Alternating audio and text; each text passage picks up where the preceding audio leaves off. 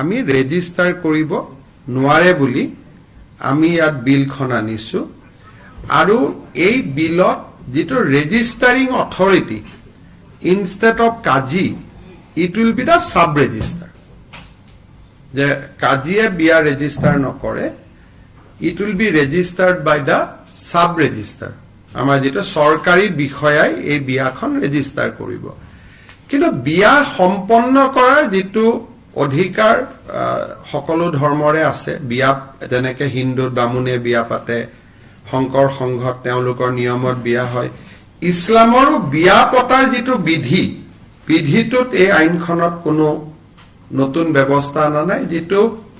যি ধৰণে ইছলাম লোকসকলে নিজৰ বিবাহ সম্পন্ন কৰে ইমাম সকলৰ উপস্থিতিত বা যি ধৰণে কৰে তেনেকৈ কৰিব only restriction is on registration আগত ৰেজিষ্ট্ৰেচন টু কাজিয়ে কৰিছিল এতিয়া ৰেজিষ্ট্ৰেচন টু সাব ৰেজিষ্টাৰে কৰিব আৰু আগতে মাইনৰৰ বিয়া ৰেজিষ্টাৰ হৈছিল এতিয়া মাইনৰ ছোৱালীৰ বিয়া ৰেজিষ্টাৰ হ'ব নোৱাৰে গতিকে এই এটা আমাৰ ইম্পৰ্টেন্ট সিদ্ধান্ত এটা আজি অনা হৈছে আপোনালোকে জানে যে যেটো আমাৰ Assam land revenue regulation act 1886 যেটো আমাৰ যিখন আইনৰ দ্বাৰা অসমৰ গোটেই ভূমি ব্যৱস্থা পৰিচালিত হয় এই আইনখনৰ নাম হৈছে Assam land and revenue regulation 1886 এইখন হল আমাৰ মূল ভূমি আইন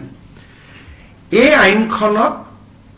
গোপীনাথ বৰদলৈ বিষ্ণুৰাম মেধিৰ সময়ত চেপ্টাৰ 10 আহিছিল আৰু চেপ্টাৰ 10ত tribal belt and block create কৰা হৈছিল আজি এটা অসমৰ বাবে ঐতিহাসিক মুহূৰ্ত য'ত আমি আসাম ল্যান্ড ৰেভিনিউ ৰেগুলেশন 1886ত আমি চেপ্টাৰ 12 এটা ইনকৰ্পৰেট কৰিছো মই আকৌ কৈছো গোপীনাথ বৰদলৈ বিষ্ণুৰাম মেধিৰ দিনত চেপ্টাৰ 10 আহিছিলে to give protection to the tribal belt and block আজি আমি আগুৱাই গৈ এতিয়া আমি ইয়াত চেপ্টাৰ 12 ইনকৰ্পৰেট কৰিলো চেপ্টাৰ 12 টু কি হ'ব টু ক্ৰিয়েট হেৰিটেজ ব্লক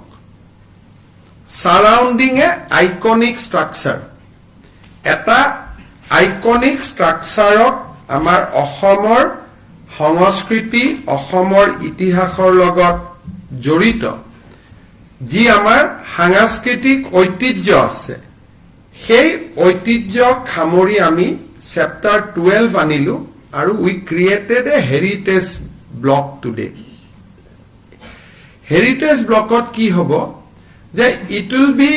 ইয়াক এটা আইকনিক ষ্ট্ৰাকচাৰৰ আধাৰত নিৰ্মাণ কৰা হ'ব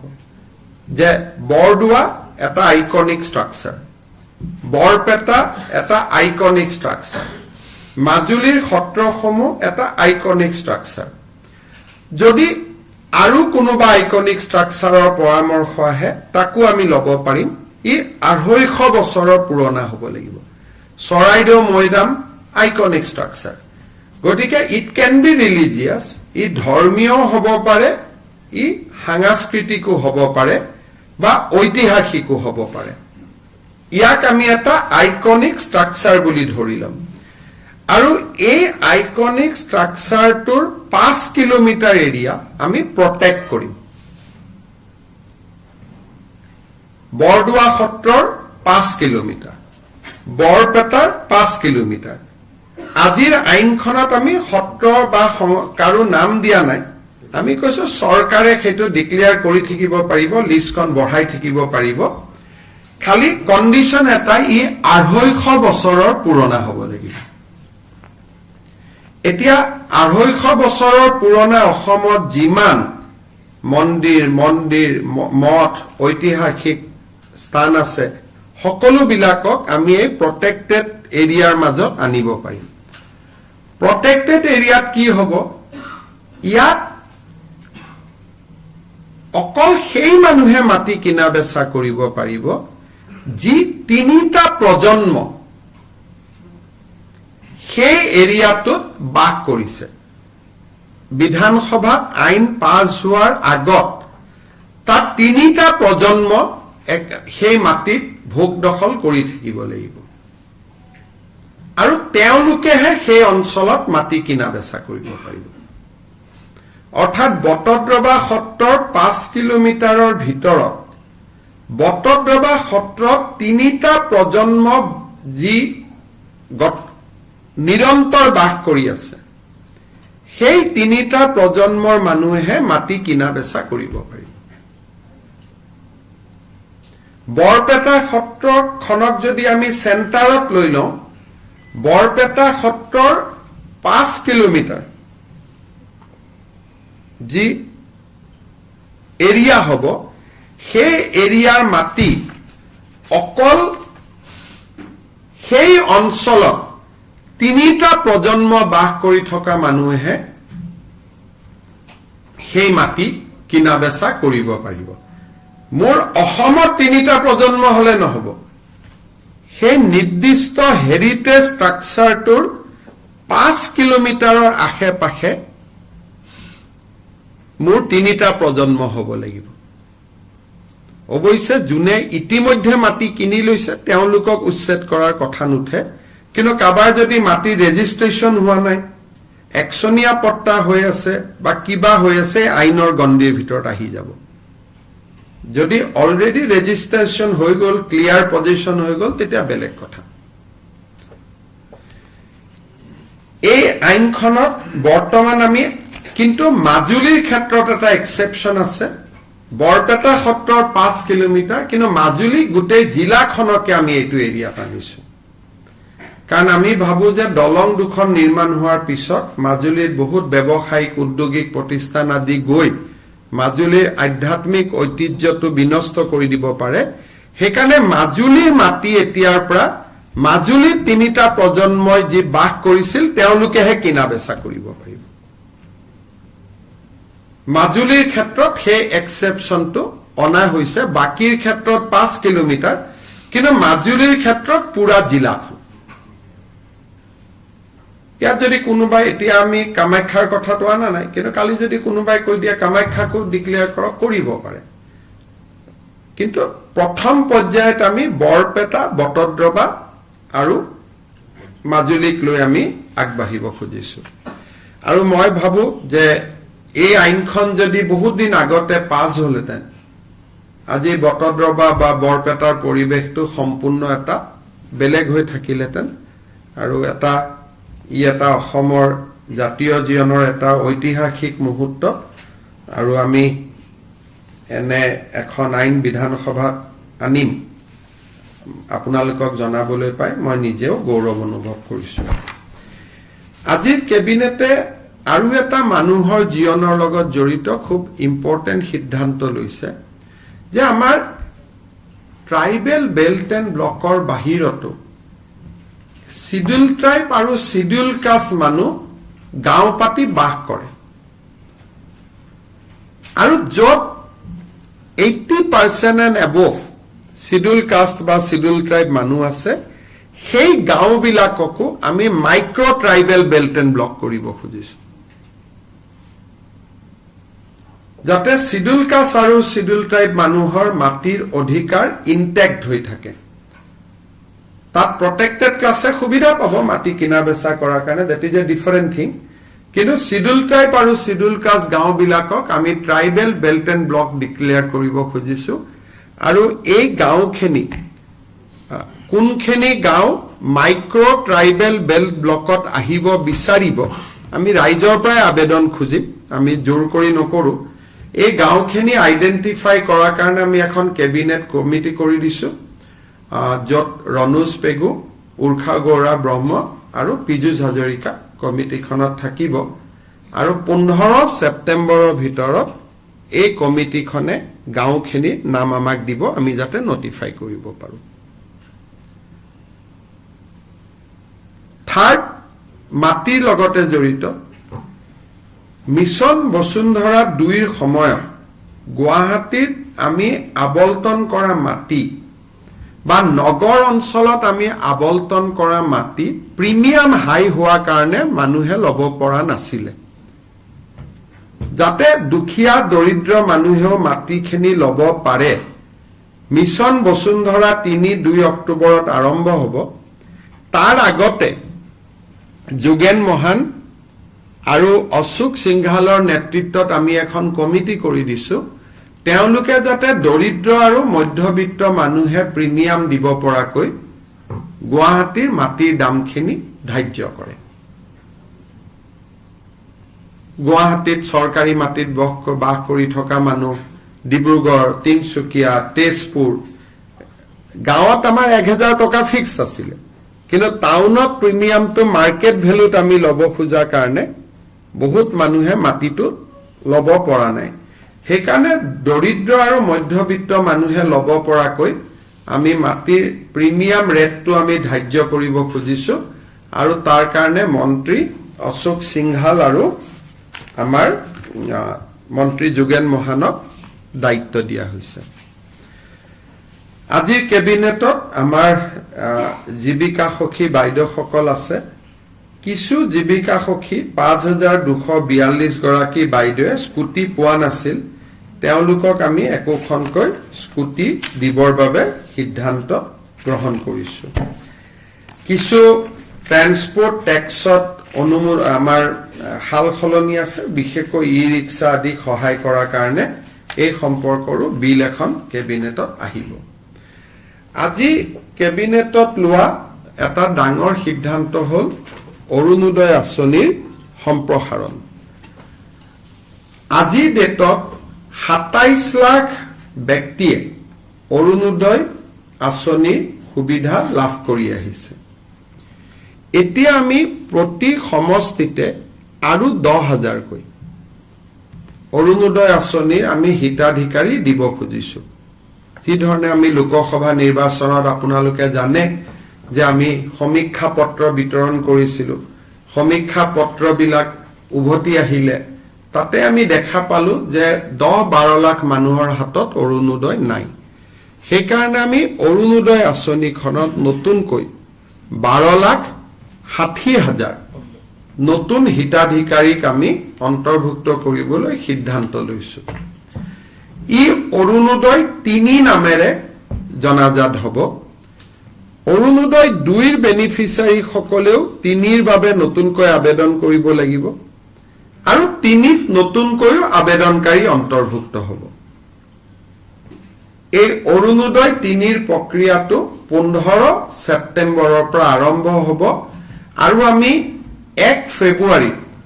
নতুন হিতাধিকাৰী সকলক আমি অৰুণোদয় আঁচনি দিয়া আৰম্ভ কৰিম তেতিয়ালৈকে পুৰণা অৰুণোদয় হিতাধিকাৰী সকলে নিৰন্তৰভাৱে অৰুণোদয় পাই থাকিব কিন্তু যেতিয়া 1 ফেব্ৰুৱাৰীত আমি নতুন অৰুণোদয় দিব যাম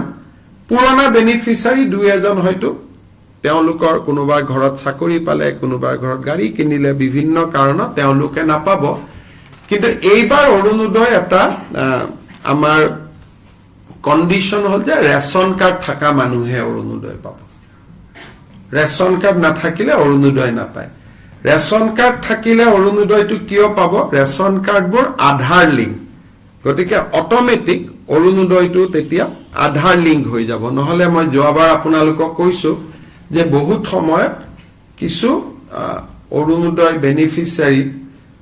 কিছুমান মানুহৰ নাম সোমাইছে যাক বিচাৰি পাব দিগদাৰি হয় পিছত কেবিনেটত বহুত দিনৰ পৰা আপোনালোকে জানে মই আচৰিত হৈ আছিলো মাজে মাজে চিন্তিত হৈ আছিলো আমাৰ লুৰিণজ্যোতি গগৈ আৰু জগদীশ ভূঞাই মাজে মাজে পেপাৰ আৰু টিভিত কৈ থাকে যে আমি শংকৰদেৱ বঁটাটো দিয়া নাই আপোনালোকে শুনি থাকে তেতিয়া আমি সুধিছিলো যে কিয় শংকৰদেৱ বঁটা দিয়া নাই দিয়াটোতো আমাৰ কোনো আপত্তি নাই তেতিয়া আমি গম পালো যে 2008 চনত কংগ্ৰেছ চৰকাৰে এটা সিদ্ধান্ত ললে যে শংকৰদেৱ বঁটা বছৰে বছৰে দিয়া নহব 3 বছৰতহে এবাৰ দিয়া হ'ব ইমান দিন আমি এনে গালি খাই আছিলো অথচ তেওঁলোকৰে কংগ্ৰেছ সহযোগী জগদীশ ভূঞা আৰু লুৰিণজ্যোতি গগৈয়ে আমাক গালি পাৰি থাকে যে 3 বছৰ শংকৰদেৱ বঁটা দিয়া নাই, 3 বছৰ শংকৰদেৱ বঁটা দিয়া নাই। আচলতে 2008 চনত কংগ্ৰেছ দলে এটা সিদ্ধান্ত ললে যে আমি 3 বছৰৰ মূৰে মূৰেহে শংকৰদেৱ বঁটা আমি দিব পাৰিম। সেইকাৰণে 2011ত কনকসেন ডেকাক দিছিলে, 2008ত শৰ্মিলা টেগুৰক দিছিলে, 9-10 দিয়া নাছিলে। আকৌ 2014ত ML ভাৰাদে পাণ্ডেক দিলে, 12-13 দিয়া নাছিলে। সৰ্বানন্দ সোণোৱালৰ চৰকাৰেও তেনেকে 17 আৰু 20ত দিলে,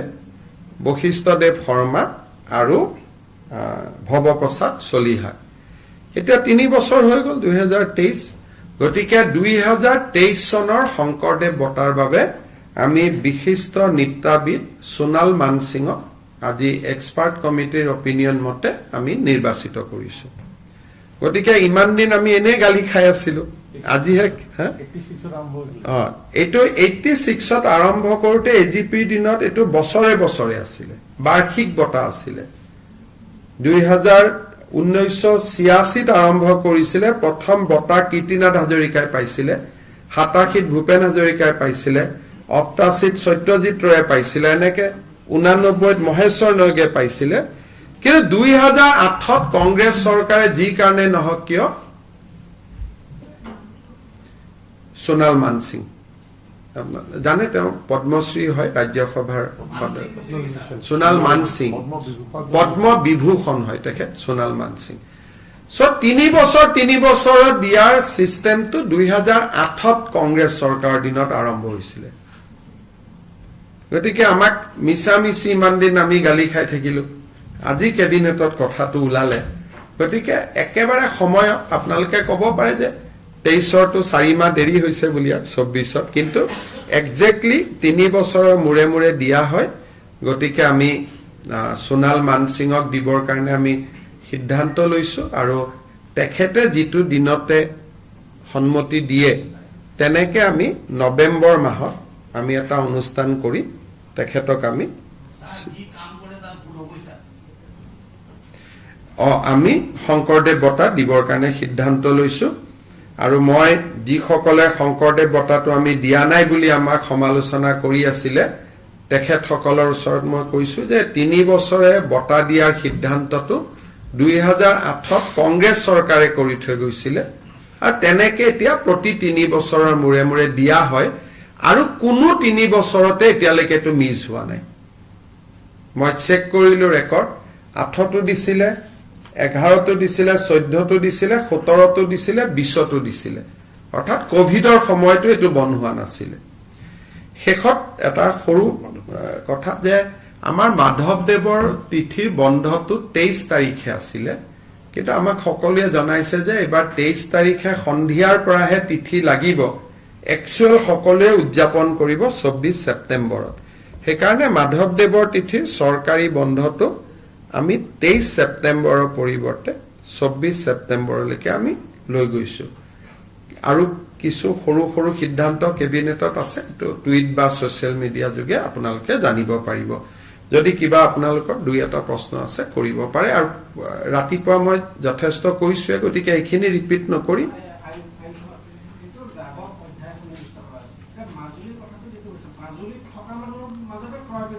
মাজুলীত থকা মানুহৰ মাজত ক্ৰয় বিক্ৰয় হ'ব, আৰু আজি থাকিলে নহ'ব, 3টা প্ৰজন্মৰ পৰা থাকিব লাগিব। বৰপেটাৰ ক্ষেত্ৰতো 3টা প্ৰজন্ম, কিন্তু বৰপেটাত ৰেডিয়াছটো হ'ল 5 কিলোমিটাৰ, বৰপেটা সত্ৰৰ পৰা 5 কিলোমিটাৰ। কিন্তু মাজুলীত যিহেতু বহুত সত্ৰ সিঁচৰিত হৈ আছে, সেইকাৰণে আমি গোটেই মাজুলীখনক প্ৰটেক্টেড এৰিয়া কৰিছো।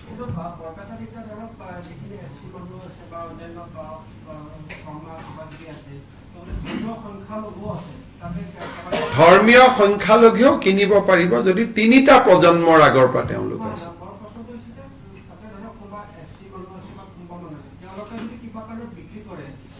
তেওঁলোকৰ মানুহে কিনিব লাগিব, বিক্ৰী কৰিব নোৱাৰিব। এতিয়া 3টা প্ৰজন্ম থকা মানুহকহে বিক্ৰী কৰিব লাগিব। তেতিয়া পাৰিব কিন্তু আমি জানা তিনিটা প্ৰজন্ম তাতে থাকা মুছলিম সম্প্ৰদায় নাই 51 চনত তাত কোনো মুছলিম সম্প্ৰদায়ৰ মানুহ নাছিলে আমি হিসাব কৰি লৈছো তিনিটা প্ৰজন্ম মানে 1951 হ'ব আৰু বিপ্লৱ শৰ্মা কমিটিৰ ৰিপৰ্ট 1951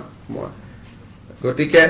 তিনিটা প্ৰজন্ম মানে 75 বছৰ মানে 1951 আৰু 1951 ত তাত এজনো ধৰ্মীয় সংখ্যালঘু নাছিলে বটদ্ৰবাটো নাছিল সেইটো হল ধৰক উত্তৰ গুৱাহাটীত এখন ট্ৰাইবেল ভিলেজ আছে আৰু পিজু হাজৰিকাৰ গাঁওখনে ক'লো এইটো শিডিউল কাষ্ট গাঁও কিন্তু ট্ৰাইবেল বেল্ট এণ্ড ব্লক নহয় এতিয়া সেইটো আমি ট্ৰাইবেল বেল্ট এণ্ড ব্লক কৰি দিম as per chapter 10 যেটো মাইক্ৰো ট্ৰাইবেল আগতে chapter 10 ত আছিল ট্ৰাইবেল বেল্ট ব্লক এটা ডাঙৰ এৰিয়া তাত অলপ আমি সংশোধন আনিলো আনি সৰু সৰু গাঁওকো আমি tribal belt and block declare কৰাৰ অধিকাৰ আনিলো আগতে গোটেই অসমত 12টা ট্ৰাইবেল বেল্ট এণ্ড ব্লক আছিল মাৰ্ঘেৰিটা ট্ৰাইবেল বেল্ট বহুত ডাঙৰ জায়গা সেইখিনি কন্টিনিউ কৰিব তাত আমি কোনো বাধা দিয়া নাই তো যেনেকৈ আছে তেনেকৈ থাকিব কিন্তু উত্তৰ গুৱাহাটীত ৰধলা বুলি এখন বড়ো সমাজৰ গাঁও আছে এতিয়া তাত ইন্ডাষ্ট্ৰিয়েলাইজেশ্যন হৈছে ট্ৰাইবেল বেল্ট এণ্ড ব্লক নহয় গতিকে বড়ো মানুহখিনিৰ মাটিটো লাহে লাহে যাব আৰম্ভ হৈছে গতিকে সেই গাঁওখন এতিয়া ট্ৰাইবেল বেল্ট এণ্ড ব্লক হ'ব সেইটো থাকিবই সেইটো এটা বেলেগ কলে উচ্ছেদলৈকে যোৱাটো এটা বেলেগ বস্তু সেইটো এতিয়া মই কি কৰিব পাৰো কক হাজাৰ হাজাৰ মানুহ আছে সেইটো এটা হাজাৰ হাজাৰ মানুহক উচ্ছেদ কৰাটো এটা আজিৰ দিনত এটো সম্ভৱ নহয় আমি সেইটো বিতৰ্কত আজি কিয় যাওঁ আমি আজি সেইটো কৰাৰ আপুনি যে মোক প্ৰশ্নটো সুধি আছে আপোনাকে বেয়া পাব আমাৰ গোটেই অসমীয়া মানুহবিলাকে আছে ট্ৰাইবেল বেল্ট এণ্ড ব্লক ওদালগুৰিত এইবিলাক সমস্যাটো আমাৰো আছে তো ট্ৰাইবেল বেল্ট এণ্ড ব্লকক ইউজিদা নহয় আমাৰ শৰ্মা কলিতা মানুহে আছে এই প্ৰশ্নটো যদি মই আলোচনাও কৰো বিটিসিৰ ইলেকশ্যনত এটা ইস্যু হৈ যাব গতিকে আপুনি নিকাসিত যাও নিকাসি এখন ট্ৰাইবেল বেল্ট এণ্ড ব্লক আৰু নিকাসিত মহেন্দ্ৰ মোহন চৌধুৰীয়ে গোটেই অসমীয়া মানুহবিলাকক তাতে বহাই থৈ আহিছে গতিকে এইটো প্ৰশ্ন যদি মই এটা আলোচনা কৰো আৰু টিভিত যদি মানুহে শুনে লগে লগে ৰাতিয়ে তাতে হুলস্থুল আৰম্ভ হৈ যাব গতিকে অসমখন খুব সেনসিটিভ জায়গা গতিকে সব বস্তু টিভিতে আলোচনা কৰি দিলে মানুহৰ মাজত প্ৰতিক্ৰিয়া হৈ যায় সেইকাৰণে আমি মাইক্ৰো ট্ৰাইবেল বেল্ট ব্লকৰ ওপৰত মোক আজি প্ৰশ্ন খুধক ট্ৰাইবেল বেল্ট এণ্ড ব্লকৰ ওপৰত প্ৰশ্নটো বেলেগ এদিন খুধিব Mr. Chief Minister, as you have said, this new bill which will be brought in the assembly as far as Muslim marriage and registration is concerned, what is the name of the bill that has been the bill is the Assam Compulsory Registration of Muslim Marriage and Divorce Bill 2024. And if you can also throw some light on the new inclusion of Section 12 in the Assam Land and Revenue Regulation Act of 1966. If you can throw some light on the aspects that will be covered as far as the Sector 12 of this new Assam Land and Revenue Regulation Act. Chapter 12 is basically we have created a heritage belt and block. So if there is any heritage structure like for the outside people, like Kamakhya is a heritage structure, like the Namghar established by Srimanta Madhav Ded in Borpeta is a heritage structure. If that structure is 250 years old, then 5 kilometers of that structure will be declared as a protected area. And in protected area, the land purchase and sale can happen only within the family who has lived in that protected area for 3 generations.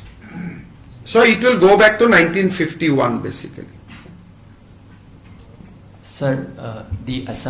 this Assam Compulsory Registration of Divorce Bill, can you just give us a small brief on Hindi for our? देखिए हमारे जो मुस्लिम विवाह होते थे उनको काजी register करते थे आज से ये सरकार में रजिस्टर होगा और उस बिल में पहले प्रावधान था कि माइनर का मैरिज भी रजिस्टर हो सकता है. आज से माइनर का शादी रजिस्ट्रेशन नहीं होगा. तो बेसिकली यही दो प्रोविजन है.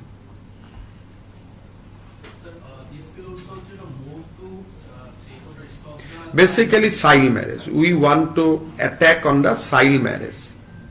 if any company or industry want to install in Majuli? No. But if they want to do something, government can always acquire land. But only government can acquire land. They cannot do anything. So this will protect Majuli, because after Saraideo, our next idea is to go to UNESCO to declare Majuli as a World Heritage. So after bridge, which is coming in both sides, industry will come, establish industry in Majuli. Then how it will be a World Heritage site. So basically we are trying to protect the spiritual and cultural identity of Majuli. Now if the people of Majuli says, no, keep one area for industrialization, we are okay. That is why this bill only says that 250-year-old. Now, what are those structures that we are not identifying as of now? That we'll do in a due course of time. But we identified initially Borpeta, Bordua and Majuli. But list can go bigger. List can be bigger also. So Saraideo Moidam can be included if the local people demands. Tomorrow Ronghor can be included if local people demands. Tomorrow Tolatal Ghar can be included if the local people demands. So, but we are not doing this right now. We are only identifying 3 areas. But this can become bigger and bigger, provided people willingly approach government. আৰু micro tribal belt and ব্লকতো আমি কাকো জোৰ কৰি নকৰো. Cabinet কমিটিখনক যি গাঁৱৰ মানুহে আবেদন কৰিব, ধৰ কোনেও আবেদনে কৰা নাই, তেতিয়া আমি জোৰ কৰি কাকো কৰিব নোখোজো. এইটো হ'ব ভলেণ্টিয়াৰী বেচিছত. কিন্তু এবাৰ কৈ দিয়াৰ পিছত সেইটো ঘূৰাব নোৱাৰিব. স্যাৰ, কিছু ভুৱা ট্ৰেডিং এপৰ জৰিয়তে অসমৰ বিভিন্ন লোকৰ আজি কেবিনেট ডিচিশ্যনত এইটো নকওঁ, পিছত কথা পাতি ল'ম. কিন্তু মই ঘটনাটো জানো, মই বুজি পাই আছো, তাৰ লগত সেই বিষয়ে মই কম পিছত. আজি আৰু বহুত দীঘল হৈ যাব. এই বিল কেইখন এইবাৰ হ'ব.